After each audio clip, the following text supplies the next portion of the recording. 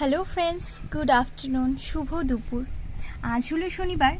সপ্তাহে 7টা দিন আমিষ খেলেও একটা দিন মনে হয় যে না, নিরামিষ খাই। তো আজ হলো শনিবার আর সোমবার আমাদের বাড়িতে নিরামিষ হয় স্ট্রিক্টলি।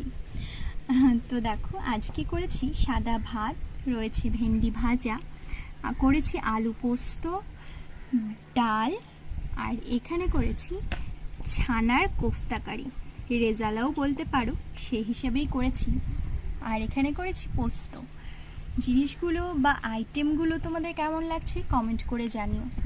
প্লিজ আমার চ্যানেলটাকে একটু সাবস্ক্রাইব করো, আমার পাশে থেকো। রয়েছে একটা গন্ধরাজ লেবু, ডাল দিয়ে খেতে তো অপূর্ব লাগে। শনিবারে তোমাদের পাতে কে কী পছন্দ করো সেটা কমেন্ট করে জানাতে ভুলো না কিন্তু।